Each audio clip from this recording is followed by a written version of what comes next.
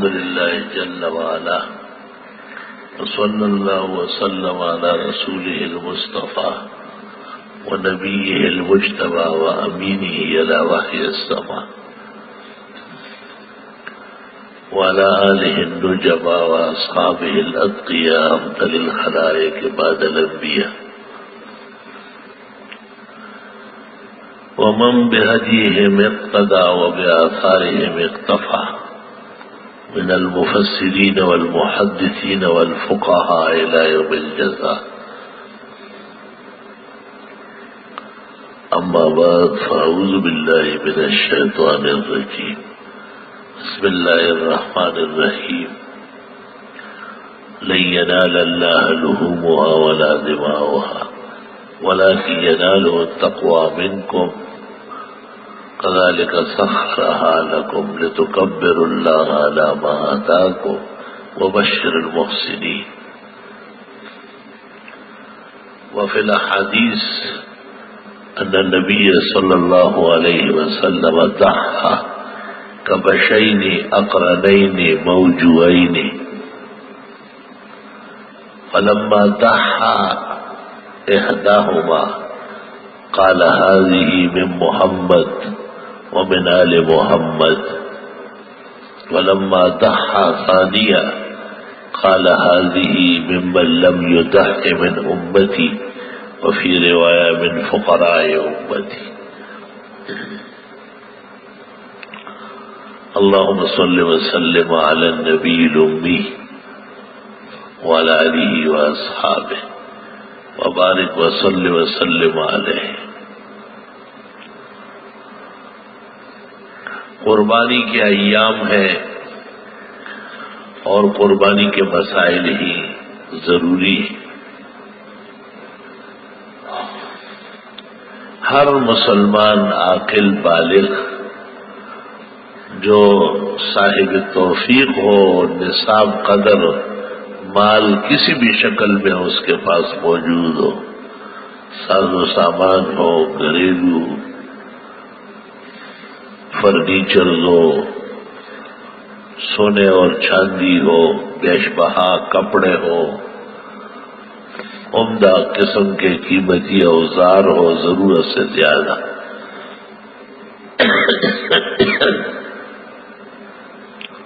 درست بات یہ ہے کہ اس پر ایک قربانی واجب ہے.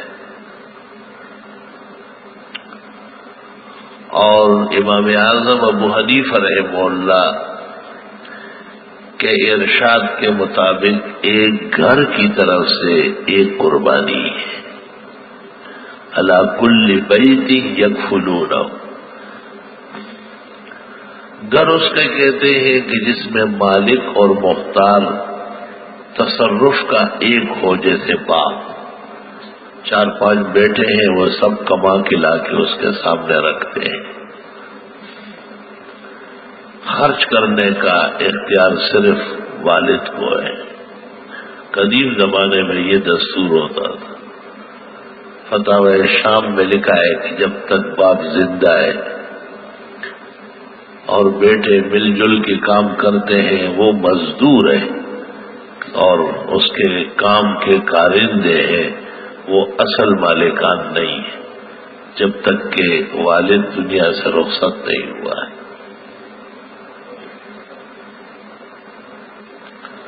پھر یہ خطرات بڑھ گئے اور لوگوں میں وہ اطاعت اور فرمانبرداری کی شان نہیں رہی. وہ دیکھتے تھے کہ ہم بڑے ہو گئے، شادیاں ہو گئی اور ہمارا باپ اب بھی ہٹا کٹا ہے، یہ تو مر ہی نہیں رہا. تو کئی جگہ بیٹوں نے باپ کو مار دیا، ختم ہی کیا، تاکہ ہمیں جائیداد ملے، زمین ملے، گھر میں حصہ ملے.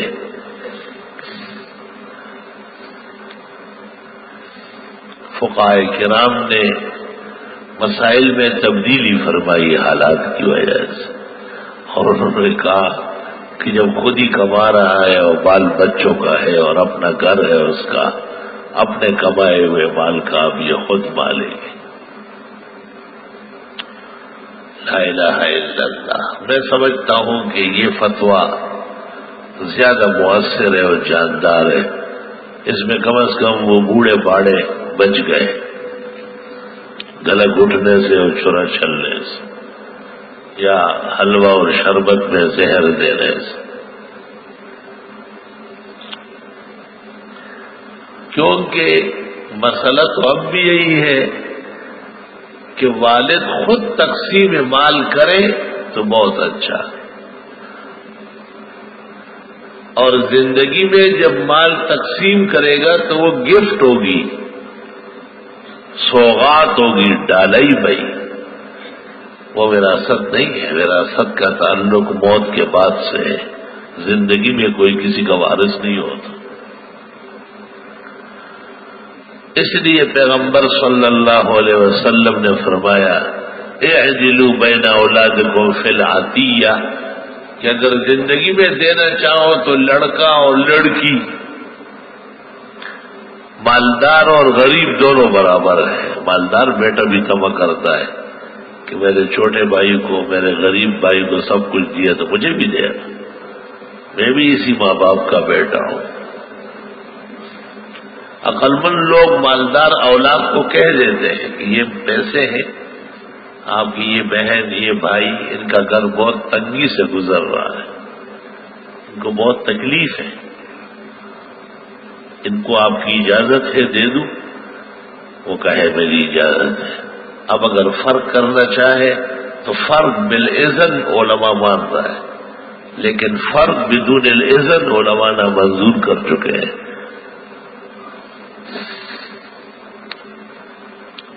یہ سب مسائل پیدا ہو گئے ہیں علم کی کمی سے.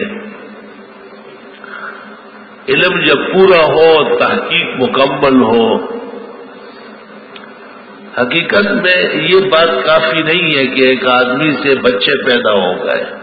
بچے تو بکری کے بھی ہوتے ہیں اور مرغی کے بھی بہت چوزے ہوتے ہیں. بلی بھی ہر سال 3-4 بچے دیتی ہے. یہ کون سا کارنامہ ہے؟ انسان کو انسانیت کی تربیت چاہیے، تعلیم چاہیے. اگر انسان کو انسانیت کی تعلیم اور تربیت نہیں دی گئی تو وہ باپ کے خلاف منہ کھول دے گا، ماں کے خلاف پراپیگنڈے کرے گا، اور جب شادی شدہ ہو جائے گا اور بیوی آ جائے گی اور مختلف رنگ اور کلر والی، اور پھر وہ بھی کان بھرنا شروع کر دیتی ہے، اور اس کی طرف سے اس کو بڑا لاڈلا داماد مانا جاتا ہے. اس کے نیچے ہر وقت وہ بستر بچھاتے ہیں اور نرم گرم پیش کرتے ہیں، تو یہ ان کو خوش کرنے کے لیے پھر اور بھی ماں باپ سے ناراضگی ظاہر کرتا ہے، جس کا نتیجہ ناموزون نکلتا ہے، نامناسب نکلتا ہے.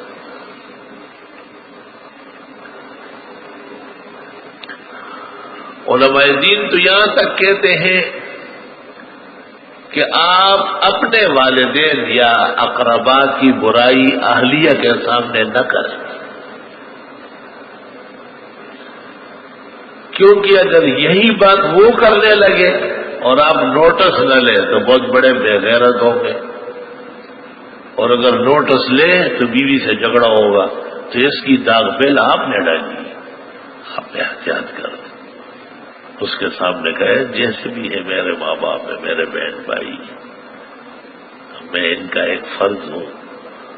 میری قسمت اچھی نہیں، شاید مجھ میں اخلاقی کمی ہے جس کی وجہ سے میرے والدین یا بہن بھائی میرے بارے میں اس طرح روش اختیار کرتے ہیں. اسی طرح بیوی کے ماں باپ اور ان کے اقربا، ان کی بھی کبھی بھی مذمت نہ کریں. وہ اگر شکوہ شکایت کرے ان کی بیٹی ہے، آپ نہ کہیں، کیونکہ انسان جتنا بھی کمزور اور عیب والا ہو، لیکن جب آپ ان کے ماں باپ کو برا کہے وہ بہت زیادہ تکلیف محسوس کرتے ہیں. میاں بیوی کے درمیان شیرینی اور ایک حلاوت کا رشتہ ہے، وہ شیرین اور لذیذ رہنا چاہیے. اگر اس پر مرچ پڑ گیا تو نہ یہ رہ سکے گا اور نہ وہ رہ سکے گی. اور یہ بہت سارے مواقع ایسے ہیں قرآن کریم میں ہے کہ موسیٰ علیہ السلام کی گفتگو جب فرعون سے شروع ہوئی اور حضرت موسیٰ یہ ثابت کر رہے تھے کہ آپ ہرگز خدا نہیں ہیں اور آپ مصر کے چند روزہ بادشاہ ہیں اور بہت زیادہ بےہودہ اور کمعقل ہو جو اپنے آپ کو الہ کہتے ہیں. الہ تو آسمان و زمین کا مالک، الہ رب العزت جیسا تو کوئی ہے ہی نہیں. کمعقل و بےہودہ انسان چند روزہ سلطنت کے غرور میں آپ نے اپنے آپ کو خدا کہنا شروع کر دیا. موسیٰ علیہ السلام کا نبوت کا علم، فصاحت اور بلاغت کے دلائل، شوکت برہان کے سامنے فرعون بالکل لاجواب ہو گیا. تو فرعون نے ایک عجیب سازش سوچی اور اس نے یکدم حضرت موسیٰ سے کہا کہ میں خدا نہیں ہوں اور مجھے خدا کہنے والے غلط ہے.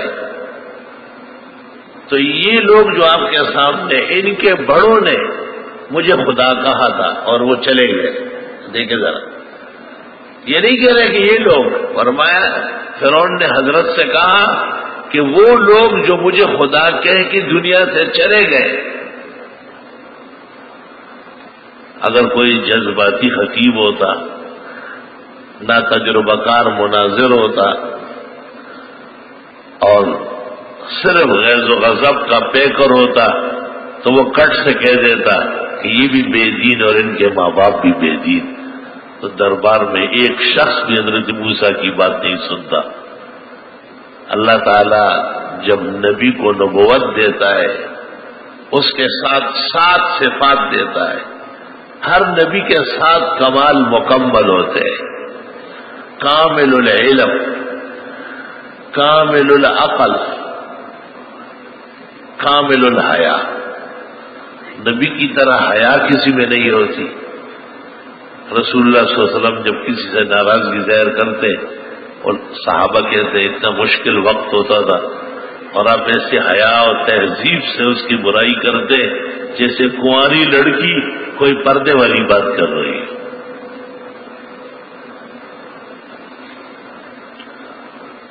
علم میں نبی کامل ہوتے ہیں، عقل میں پوری کائنات سے بڑھ کر ہوتے ہیں اور حیا ان میں کوٹ کوٹ کر بھری ہوتی ہے. اول سے اخیر تک ہر موقع پر حیا کے پیکر ہوتے ہیں. لا الہ الا اللہ. ہم اپنے دوستوں میں بیٹھ کر، بے تکلف ساتھیوں میں بیٹھ کر بعض باتیں ایسی کرتے ہیں جو یہاں نہیں کر سکتے. جی حیاتی کمی. حضرت اقدس امام الازہر مولانا محمد انور شاہ صاحب رحمۃ اللہ علیہ کی اہلیہ نے کہا ہے نا کہ آپ گھر میں بھی ایسے رہتے تھے جیسے درسگاہ میں رہتے تھے. یا اللہ،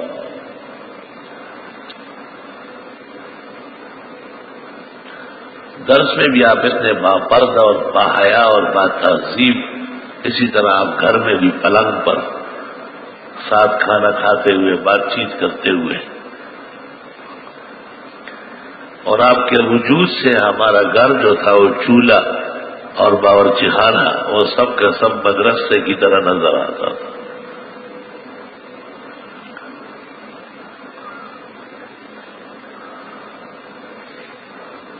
تین صفات ادھر سے یاد رکھا کرو: علم، عقل، حیا. کامل، کامل العلم، کامل العقل، کامل الحیا. اور 4 ادھر سے: شجاعت، بہادری، عبادت، صباحت. سواد سے حسین کو کہتے ہیں، چہرہ نور سے بھرا ہوتا تھا. تمام انبیاء حسین جمیل تھے.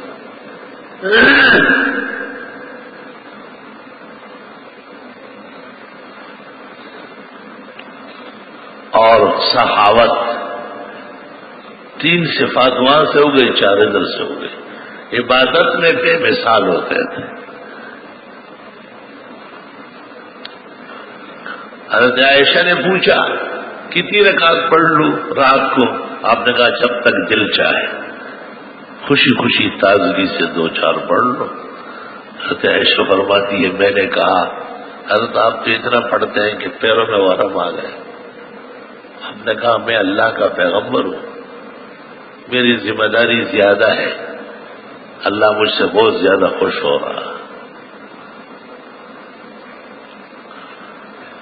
اور خندق کے موقع پر جب آپ نے زمین تقسیم کی، یہاں سے وہاں تک ابو بکر آپ کو دے، وہاں سے وہاں عمر کو دے، وہاں سے وہاں عثمان علی، اس طرح پوری خندق کو تقسیم کی، تو دگنی جگہ آپ نے اپنے لیے چھوڑی، یہ میں کھولوں گا۔ صحابہ ہاتھ باندھ کے کھڑے ہو گئے، ہم غلاموں کے ہوتے ہوئے سر بکف آپ کیوں تکلیف کریں گے؟ فتبسم رسول اللہ صلی اللہ علیہ وسلم، آپ مسکرائے اور فرمایا اگر خندق کھودنے میں اجر ہے انا احوج الیہ، مجھے اجر کی زیادہ ضرورت ہے، اور اگر خندق کھودنے کے لیے طاقت چاہیے فانا اشجعکم، میں تم سب میں تک توانا مضبوط بہادر ہوں، میں کیوں نہ کھودوں، اپنا اپنا کام کرو۔ اللہم صلی وسلم علی النبی وعلی آلہ واصحابہ وبارک وسلم وسلم علی کامل العلم، کامل العقل، کامل الحیا، تین صفات یہ ہو گئی چاروں در سے۔ صباحت حسن و جمال، عبادت بے انتہا، شجاعت۔ غزوہ حنین میں ایک موقع ایسا آیا، تمام صحابہ بنو حوازن کے تیروں کے سامنے تھوڑی دیر کے لیے پیچھے ہٹ گئے، لیکن آپ بچائے،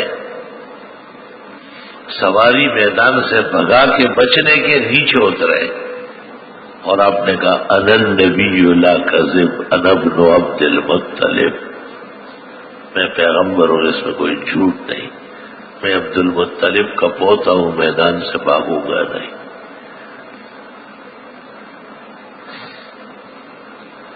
اللہ اس موقع پر فرماتے ہیں پھر میں نے فرشتوں کے لشکر بھیجے، اور میں نے کوئی ہوئی شکست پیغمبر اور ان کے پر اخلاص کی وجہ سے بحال کرا دی۔ وَأَنزَلَ جُنُودًا لَّمْ تَرَوْهَا وَجَعَلَ كَلِمَةَ الَّذِينَ كَفَرُوا السُّفْلَىٰ وَكَلِمَةُ اللَّهِ هِيَ الْعُلْيَا۔ یہ جو آپ نے بات کہی انا النبی لا کذب انا ابن عبد المطلب، میں سچا نبی ہوں، جھوٹ نہیں، اور میں مطلبی ہوں، اصل نسل آدمی ہوں، بدذات نہیں ہوں۔ یاد رکھنا انسان میں واہن بزدلی دو وجہ سے آتی ہے، یا حسب کمزور ہو، مقام مرتبہ گھٹیا ہو، پر مقام مرتبہ میرا نبوت ہے، اور یا نسباً کمزور ہو، خاندانی طور پر ایسے گٹھیا کام ہو چکے ہو کہ ان کے نسل کا آدمی جتنے بھی آگے بڑھے وہ پیچھے ہی جاتا ہے۔ تو آپ نے کہا نہ، بنو مطلب قبیلہ سرداران عرب میں اول نمبر ہے، اور کعبے کی تولی انہی کو حاصل رہی ہے، اور ابرہہ جب آیا اور کعبہ اٹھا رہا تھا سارا مکہ عبد المطلب کے پاس آیا، میں اس کا پوتا ہوں۔ انا النبی لا کذب، حسباً بھی بلند، انا النبی لا کذب انا ابن عبد المطلب۔ اور پیغمبر نے کبھی بھی یہ باتیں نہیں کہی کہ میرا نسب اونچا ہے، میرا مقام، یہ ڈوب مرنے کا مقام تھا، میدان چھوڑ کے بھاگنے کا تھا۔ آپ نے کہا نہیں بھاگو، یا رب صلی وسلم علیہ صلی اللہ علیہ وسلم،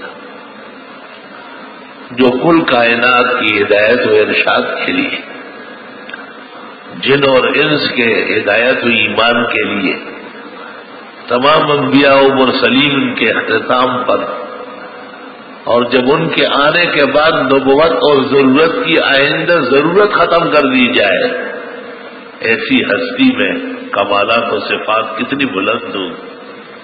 الحمدللہ خوش قسمت ہے امت محمدیہ جن کو اللہ نے رسول اکرم صلی اللہ علیہ وسلم کے ساتھ نسبت عطا فرمائی ہے. دو باتیں یاد رکھو. ایک بات یہ کہ ہدایت کا سامان شریعت میں پورا ہے. قرآن مکمل ہے، سنت و احادیث پوری موجود ہے. اس کی روشنی میں مسائل جو ترتیب دیے گئے چاروں فقہ زندہ تابندہ ہے. بہت زبردست کام ہے. میرے ہاں ایک ہندو ایک ڈاکٹر صاحب کی ہدایت پر ایک پٹی لگانے کے لیے آیا. پہلی مرتبہ جب وہ آیا تو میں دارالحدیث بخاری پڑھا رہا تھا. میں نے کہا یہی لے آؤ.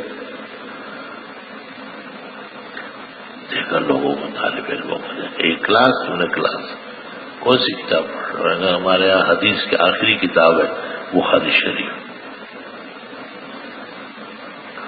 دوسری مرتبہ جب آیا تو میں دفتر میں آرام کرتا. میں نے کہا اندر بولو. کتابوں کے لائن قطار انبار دیکھی تو مجھے کہتا ہے آپ کے نبی سب سے اخیر میں آئے. اس کے وہ انداز دیکھے، وہ سب کچھ لے کے آئے. کتنی کتابیں آپ کے یہاں؟ اور میں نے کہا یہ تو جو دینی کتب ہے ان کا 1000واں حصہ نہیں ہے. 1000واں حصہ بھی یہ نہیں کتاب ہے. تو میں نے کہا ہمارا کتب خانہ 10 حصوں میں ہے، یہ ایک حصہ ہے.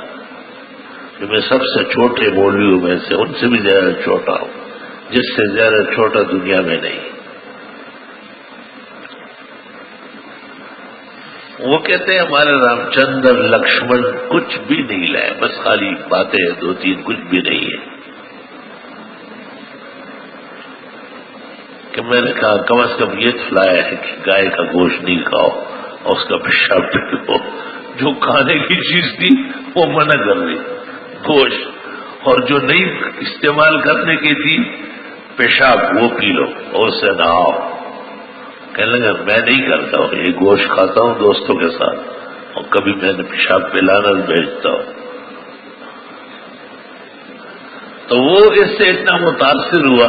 اتنی بڑی درسگاہ ہے، 400 طالب علم بیٹھ کے بخاری پڑھ رہا ہے اور یہ ہزاروں کتابیں ترتیب سے لگی ہوئی انبار بھرے ہوئے ہیں.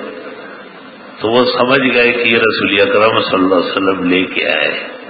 میں نے کہا آپ اس کو تو نہیں کہا، وہ نہیں سمجھتا تھا. آپ ایک کتاب لائے ہیں اور آپ کی زندگی اس کتاب کے مطابق رہی ہے، اور یہ کتابیں اور اس جیسے کربوں اربوں اور ہو جائے وہ اس کی تشریح مشکل سے بنے گی. ایسے زبردست. اور قرآن شریف کی جو انور شاہ صاحب کہتے ہیں 2 لاکھ تفسیریں ہیں. انور شاہ صاحب 1933 میں انتقال کر چکے ہیں، 1352 میں ہجری. 1933 سے اب تک کتنی تفاسیر ہوئی ہوگی؟ سینکڑوں ان کے شاگردوں نے، ادریس کاندیلوی نے، مفتی شفیع نے، سارے جہان نے تفاسیر لکھی. 3 لاکھ سے متجاوز یہ قرآن کی تفسیر ہے.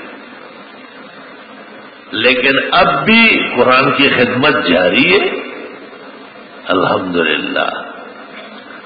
تو پیغمبر ہر رسول اور نبی کو 7 صفات کمال کی دی جاتی ہے.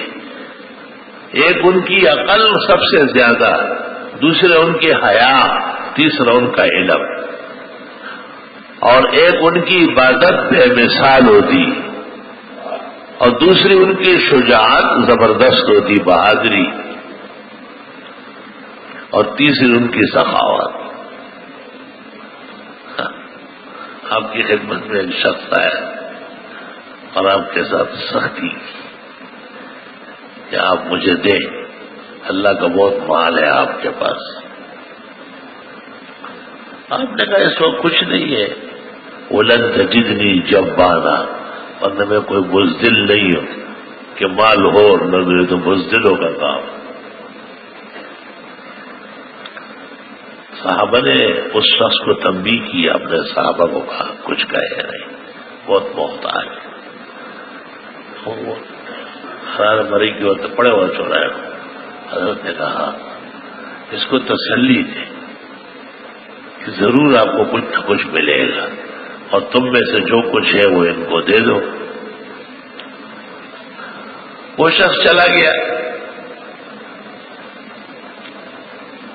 ایک ایسے موقع پر آیا اور حضرت سے کہا حضرت اب میری کچھ مدد کریں گے؟ آپ نے کہا بالکل۔ کہ کتنی بکریاں اور اونٹ دیں گے؟ آپ نے کہا یہ پہاڑ کے دامن میں دیکھو کتنے چر رہے ہیں۔ اس نے کہا ہزاروں؟ کہ یہ سارا ریوڑ لے جاؤ، سارا ریوڑ لے جاؤ۔ تو پورا ریوڑ لے کر کے اپنے قوم قبیلے میں گیا اور وہاں جا کے کہا یا قوم انی رأیت محمدا یوتی فیوتی ما رأیت جوادا مثلہ، میں محمد کو دیکھ کے آیا ہوں، وہ جب دینے پر آتے تو اور طرح دیتے، میں نے ان جیسے سخی نہیں دیکھا۔ ساری قوم اور قبیلہ چند دنوں میں مشرف بہ اسلام ہوا۔ سخاوت آپ کی مثالی سخاوت۔ حضرت عائشہ نے کہا آپ نے پوچھا وہ دستے بنے تھے بکرے کے ہے؟ عائشہ نے کہا لوگ مانگتے رہے میں دیتی رہی، 3 ختم ہو گئے، 1 باقی۔ آپ نے ہاں ایسا نہیں کہتے، وہ جو اللہ کے نام پر دیے ہیں وہ رہیں گے، وہ باقی ہے، اور جو آدمی خود استعمال کرتا ہے وہ ختم ہو جاتا ہے۔ اے عائشہ شوربہ بڑھایا کرو، سالن جب بھی بناؤ اس میں پانی ڈالو تاکہ شوربہ زیادہ ہو، ہم پڑوس والوں کو بھی دے سکیں۔ آپ نے بڑا برا مانا ہے کہ خود پکائے اور خود کھائے۔ آپ نے کہا 1 کا کھانا 2 کے لیے اور 2 کا کھانا 4 کے لیے، 4 کے لیے جو بنا ہو وہ 8 آدمی آرام سے کھا سکے۔ اللہم صلی وسلم علی النبی۔ آپ کی سخاوت کس شان و عجب کی، عبادت آپ کی حیران کن ہے، سب سے زیادہ ہے، سخاوت آپ کی ہے، شجاعت آپ کی ہے، صباحت، حسن و جمال۔ عبداللہ ابن سلام حبر علماء الیہود جب وہ پہلی مرتبہ ہے بخاری شریف میں ہے، وہ اس کا ذکر کرتے ہیں فلما تبین لی وجہہ، میں نے جب آپ کا چہرہ دیکھا علمت انہ وجہ لیس لکذاب، میں سمجھ گیا کہ یہ چہرہ جھوٹے کا نہیں ہو سکتا۔ علماء کہتے اس پر اللہ کے جلوے نور اور رحمت کے برس رہے تھے آپ کے چہرے انور۔ ام المومنین حضرت عائشہ فرماتی آپ کا ہر رنگ روز حسن کا رنگ تبدیل ہوتا تھا، حسن کا رنگ تبدیل ہوتا تھا۔ لوائم زلیخا لو رأین جبینہ لآثرن بقطع القلوب علی الید، اور جب اس آیت پر پہنچتی ام المومنین عائشہ صدیقہ کہ حضرت یوسف علیہ السلام کو دیکھ کر خواتین مصر نے ان کے حسن میں مہوا ہو کر بجائے پھل کاٹنے کی انگلیاں کاٹی، تو بی بی فرماتی کاش کہ وہ عورت حضرت محمد صلی اللہ علیہ وسلم کو دیکھ لیتی، انگلیوں کے بجائے اپنے دل کو کاٹ دیتی۔ آپ کا حسن اتنا زبردست۔ لوائے مزلیخا لو رأین جبینہ لآثرن بقطع القلوب علی الید۔ حسن یوسف دمی ساید بیزاداری آنچ خوبا ہم دارند تو تنہا داری۔ اللہم صل وسلم علی عبدک ورسولک ونبیک محمد وعلى آلہ واصحابہ وبارک وصل وسلم علیہ۔ بات یہاں سے چلی تھی اور بتانا یہ تھا کہ اپنے ماں باپ کی بھی بیوی کے سامنے برائی مت کرو اور بیوی کے رشتہ داروں کی برائی بھی مت کرو، تو گھر سچ کے چلے گا، زندگی محبت کی رہے گی۔ اور میں نے اس پر مثال دی کہ فرعون مصر نے حضرت موسیٰ علیہ السلام کے ساتھ ٹرپ لڑا اور ایک سازش کی بات کہی۔ جب آپ نے کہا کہ تم نے جو خدائی کا دعویٰ کیا ہے یہ دعویٰ غلط ہے اور تم اس کہنے میں جھوٹے ہو، اور تم ہرگز نہ خدا ہو نہ خدا کی خدائی کا شریک ہو، وہ شریک سے پاک صاف ہے۔ اللہ تو آسمان و زمین و ہر مخلوق کا مالک و مختار ہے۔ حضرت موسیٰ کے دلائل کے سامنے فرعون بالکل ہکا بکا ہو گیا، تو اس نے ایک سازش کے تحت ایک سوال کیا، فما بال القرون الاولی، انہی لوگوں کے بڑوں نے مجھے خدا کہا تھا اور وہ اب سب مر چکے ہیں، وہ کیسے تھے؟ خواہ جھگڑا پیدا کر، کیونکہ کسی کے بھی ماں باپ کو آپ برا کہیں وہ تکلیف محسوس کرتا ہے۔ تو موسیٰ علیہ السلام عقل کے پہ کرتے، میں نے اسی پر قاعدہ ذکر کیا کہ ہر رسول اور نبی کو 7 صفات کمال کے دیے جاتے ہیں۔ تو حضرت موسیٰ نے کہا زبردست جواب دیا، آپ نے کہا علمھا عند ربی فی کتاب، ان کے جاننے اور ان کو منوانے کی ذمہ داری میرے رب کی ہے، میں تجھے سمجھانے آیا ہوں۔ گزرے ہوئے لوگوں کی مذمت کرنے کی ضرورت کیا ہے؟ اس سے کیا فائدہ ہو؟ علمھا عند ربی فی کتاب، گزرے ہوئے لوگوں کا علم میرے رب کو ہے، وہ جانے اور وہ جانے، میں تو تجھے سمجھانے آیا ہوں۔ لا الہ الا اللہ۔ علماء نے اس سے استدلال کیا ہے کہ گفتگو میں سمجھانے میں طول نہ اختیار کیے جائے، اور گفتگو خاص کر جب مباحثہ برنگ مناظرہ ہو تو اپنے موقف سے نہ ہٹے، موقف سے ہٹنا ہی شکست کی علامت ہے۔ تو حضرت موسیٰ علیہ السلام نے موقف پر ڈٹے رہے۔ اللہ اللہ، ویسے رب العزت نے بھی کہا تھا موسیٰ علیہ السلام اور ان کے بھائی ہارون کو بھیجتے ہوئے، قولا لہ قولا لینا، خر دماغ آدمی ہے فرعون، ذرا نرم چلنا۔ اور موسیٰ تو اتنے غصے والے تھے، روح المانی میں ہے کہ غصہ آ جاتا سر سے پگڑی اٹھا لیتے ورنہ آنکھ لگ جاتی۔ توبہ! آپ نے شب معراج سے واپسی پر کہا، میں نے موسیٰ کو دیکھا آسمانوں میں بزور قبیلے والوں کی طرح غصے سے ایسے پیٹ در پیٹ تاؤ رہا تھا، سمجھو غصے نہ یا غصے والا سڑی گیا۔ اور میں بالکل زوتی قبیلے کی طرح ابھی بھی غصے سے بھرے ہوئے. آپ نے کہا بنی اسرائیل کے اوپر خدا کی لعنت ہو، ان کمبختوں نے حضرت کو بہت ستایا.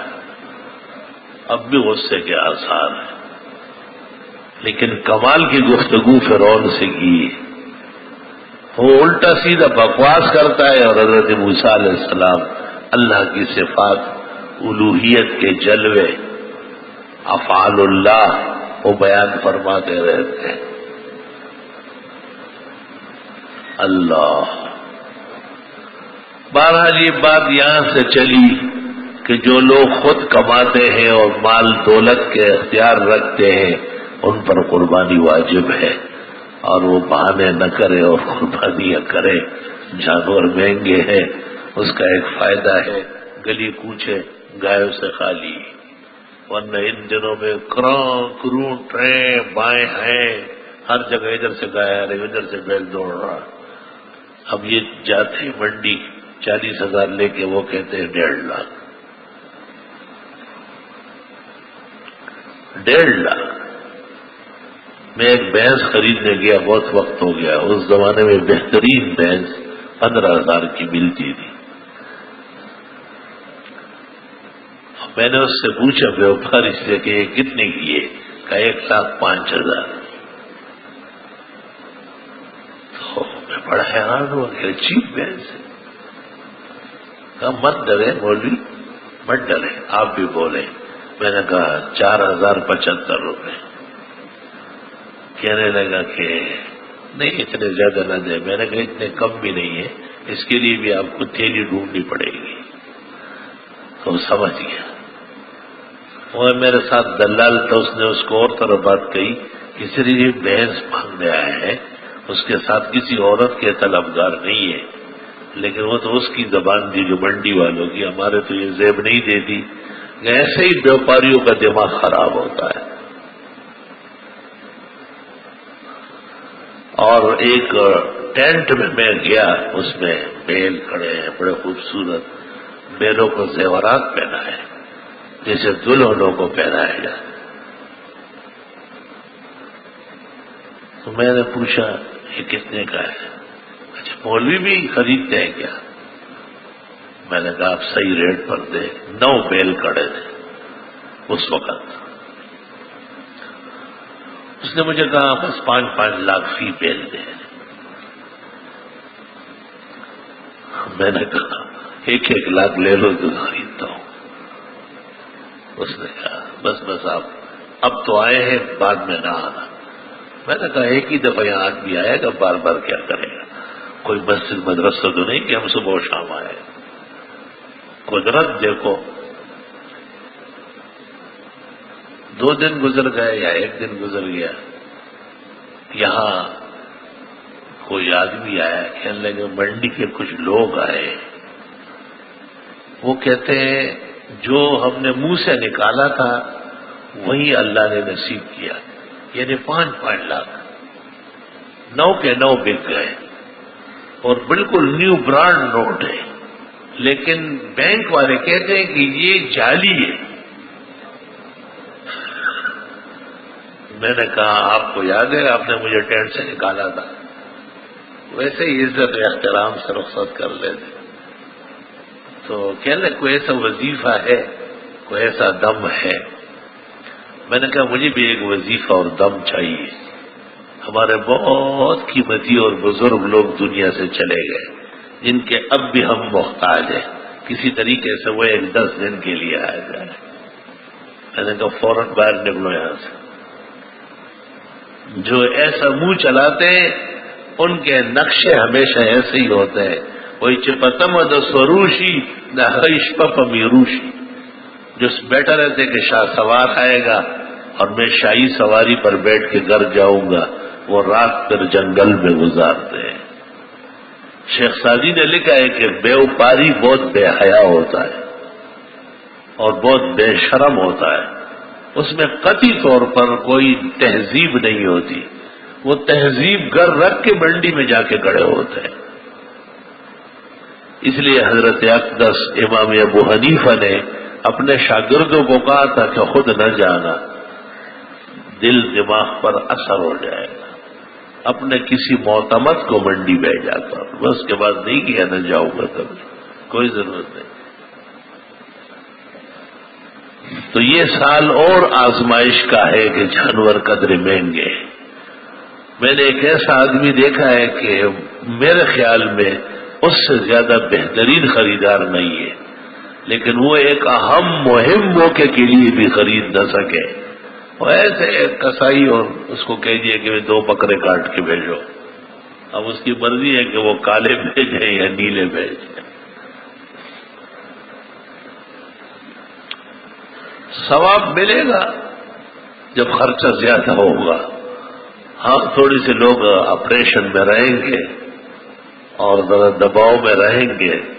تو جس زمانے میں گائے 2.5 روپے کی تھی ہمارے بزرگوں نے قربانیاں کی، اور اب جب 40 اور 45 کی ہے تب بھی قربانی ہوگی انشاءاللہ. گھبرائے نہیں. پیسوں کے ساتھ بہت زیادہ دل بھی نہ باندھ دیں. بعض لوگ پہلے 5 کرتے تھے، کہتے اب 1 ہی کر لیں گے. میں نے کہا مال کم ہوا ہے؟ کہ نہیں، مال تو وہی ہے، مہنگائی میں. غلط بات ہے. اب اس سال 7 کر لیں تاکہ اللہ مہنگائی ختم کر دے. جب پہاڑ بڑا گرا ہو تو لوگ تکڑا قسم کا کرین اور مشین لاتے ہیں تاکہ یہ درمیان سے ہٹے، تو آپ اس کے لیے خالی مزدور لگاتے ہیں. یہ گھبرانے کی ضرورت نہیں، قربانی ابھی بڑھاؤ. حدیث شریف میں ہے ان دنوں میں اللہ تعالیٰ کے ہاں پسندیدہ اعمال میں سے بہترین عمل قربانی کا ہے. بکرا، مینڈا، بچڑا، جو بھی جانور اللہ توفیق دے. میں پہلے مینڈے کے فضائل بیان کر چکا ہوں اور ضرورت نہیں کروں گا. کوئی مینڈے والوں نے مجھے کوئی فیس نہیں دیا ہے.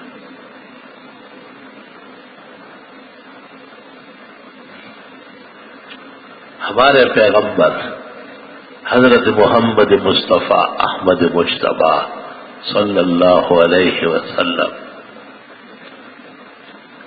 حضرت صاحب نے ہر سال 2 مینڈے یا 2 بکرے ذبح کیے.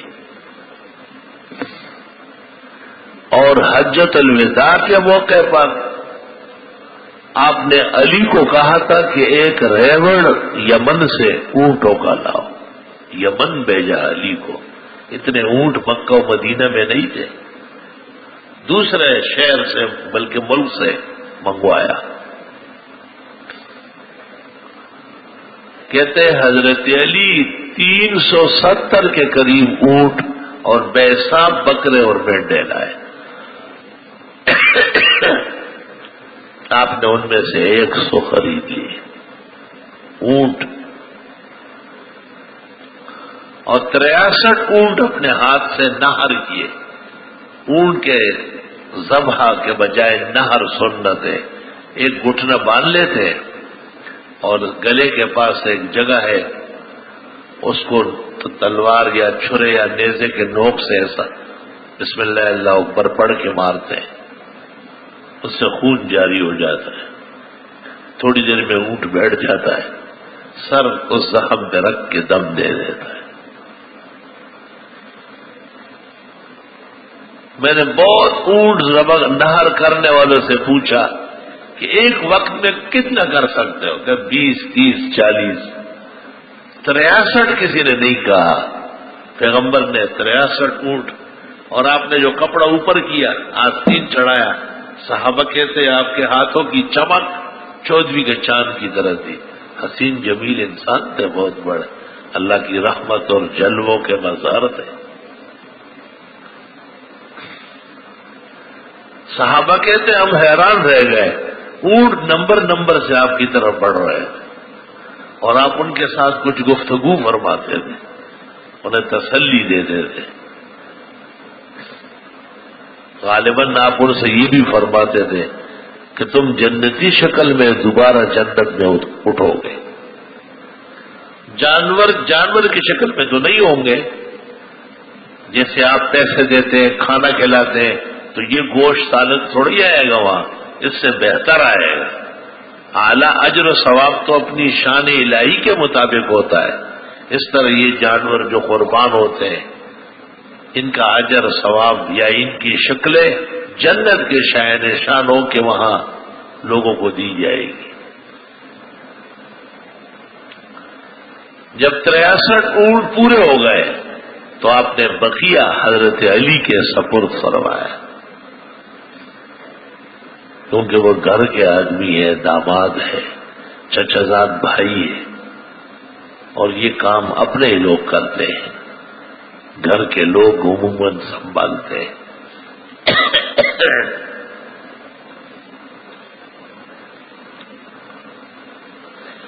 اس سے صحابہ یہ بھی سمجھ گئے کہ آپ کی عمر 63 سال یقینی ہے. ذی الحج، محرم، سفر میں آپ بیمار ہو گئے اور ربیع الاول 12 ربیع الاول کو وصال ہو گئے. وفات 12 وفات یقینی ہے، اور ولادت کا 12 تاریخ کمزور اور ضعیف قول ہے. الگ تحقیق 9 ربیع الاول ہے. مبتدئین نے ویسے خلط پیش کیا ہے. اس زمانے میں بعض زنادقہ اور مغاربہ اور کچھ ان کے زرخرید، ان کے غلامان، وہ یہ پراپیگنڈے کرتے اتنا گوشت ضائع ہوتا ہے، اتنے جانور کٹے ہوتے ہیں، کون سنبھالے گا، کون کھائے گا. پور فنڈز قائم کیے جائے غرباء اور مساکین کی حاجات کے لیے، اس کے فضائل مستقل موجود ہیں. یہ تو ایسی بات ہوئی جیسے کوئی کہے کہ آپ نماز نہ پڑھیں، بس 15-20 روپے خیرات کر لیں، جیسے یہ کذاب ہے. یا روزہ نہ رکھے اور تراویح نہ پڑھے، بس کچھ فقراء و مساکین کے لیے کھانے کا انتظام کرے، جیسے یہ زندیق اور ملحد ہے اور شریعت کا چہرہ مسخ کرنا چاہتا ہے. اس طرح یہ شخص جو قربانیوں کے خلاف زیادہ گوشت اور زیادہ جانور ضائع ہونے کا حوالہ دیکھی باتیں کرتا ہے، یہ اسلام کا نہیں مغرب کا نمائندہ ہے. یہ اسلام کے راز اور بید سے ناواقف ہے. پھر تم نے صرف یہ بات دیکھی ہے کہ جی جانور بڑے کٹتے ہیں، جو کٹتے ہیں وہ کتنے زیادہ ہے، بکرے اور مینڈوں کے ریوڑ، گائے اور بھینس بے حساب اونٹ. لیکن جو نہیں کرتے جیسے گدھا، خچر، گھوڑا، ان کا نام و نشان نہیں. آپ اگر ایک نمازی کو کہے کہ مجھے خچر دکھائے، وہ کہے گا میں کہاں دکھاؤں. لیکن اگر آپ اس کو مجھے بچڑا دکھائے، وہ کہتے یہاں سے نکل کے ہر جگہ بچڑے اور گائے کھڑی. بکرے اور مینڈوں کے دیکھنے میں کیا دیر لگتی ہے. اس سے پتہ چلتا ہے کہ یہ ضیاء نہیں ہے بلکہ یہ افزائش ہے. اللہ نے اس میں حکمت ڈالی ہے کہ جتنے کٹیں گے اتنے اور پیدا ہوں. پھر صرف قربانی نہیں، فصلیں لگ رہی ہے کہ یہ چارہ قربانی کے جانوروں کے کام آئے گا، مہنگا بکے گا. لگانے والے اس کے لیے مزدور رکھتے ہیں، مزارع اپنے کارندے بڑھاتے ہیں. لکڑی والے ان کے کھانے کے برتن بناتے ہیں، رسی والے رسیاں بانٹتے ہیں، اور چٹائی والے، ٹوکریوں والے. کتنا عملہ، بھوسا، کلی، چوکر، دنیا بھر کی امت کام میں لگی ہوئی ہے. آج آپ دیکھیں ساری منڈیاں سر پڑی ہے اور سراب گوٹ کی منڈی ایشیا کی ایک نظارہ پیش کر رہی. صلی اللہ علیہ وسلم ہمارے کامل و اکمل پیغمبر کے کرامات اور معجزات ہیں. 15ویں صدی میں بھی آپ کی شان و شوکت دیکھنے کی ہے. سارا جہان قربانیوں کی خدمت میں مصروف ہے، اور ہر شخص کو عبادت کے علاوہ اپنی مزدوری، اپنی کمائی حلال، اپنے محنتانہ بھی خوب مل رہا ہے. ہر ایک شخص مطمئن ہے. یہ کامل و اکمل پیغمبر کے کارنامے ہیں. اللہ کے لاکھوں درود و سلام ہو آپ پر، اور آپ کے یہ مفاخر، یہ فضیلت ہے، یہ شرافت ہے مثالی. صرف گوشت نہیں، اس سے مومنوں میں ایک جذبہ ہے، اس سے اسلامیات کی نشاط ہے، اس سے جہاد کی روح تر و تازہ ہے، اس کے اغراض اور مقاصد کو زندگی میں ایک دفعہ بھی مومن سمجھے، وہ اللہ کی عظمت اور الوہیت کا دل و جان سے اس کی عظمت کے سامنے سر جھکاتا ہے۔